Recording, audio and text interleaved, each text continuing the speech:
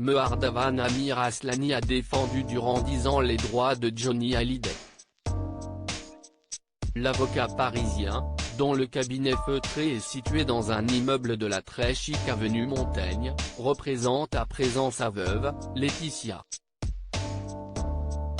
C'est à lui que l'on doit notamment le communiqué de presse musclé publié le 1er mars dernier dans lequel il menaçait de poursuivre pénalement quiconque oserait à nouveau s'en prendre publiquement à sa cliente ou à ses filles, Jade et Joy.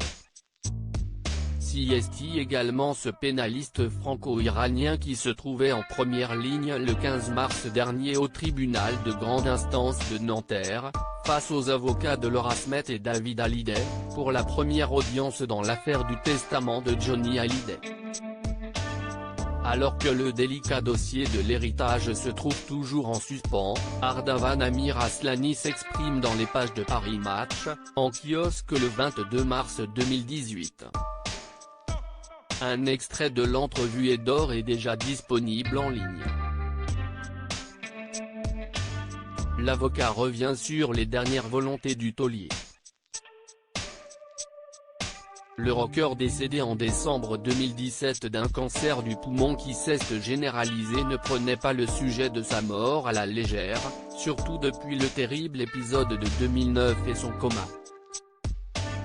Johnny avait depuis longtemps le désir de régler sa succession, assure Mehardavan Amir Aslani, et Laetitia Hallyday n'y était pour rien.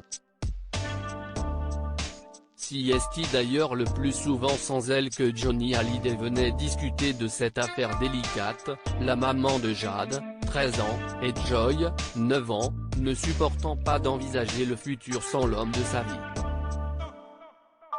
Elle vivait mal de devoir envisager la mort de son mari.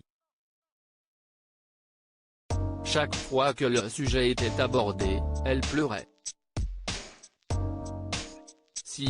Pourquoi Johnny préférait qu'elle ne soit pas présente lorsqu'il venait me parler de la période qui suivrait sa disparition. Prétendre que Laetitia lui a forcé la main est une aberration quand on connaît la détermination de Johnny, défend l'avocat.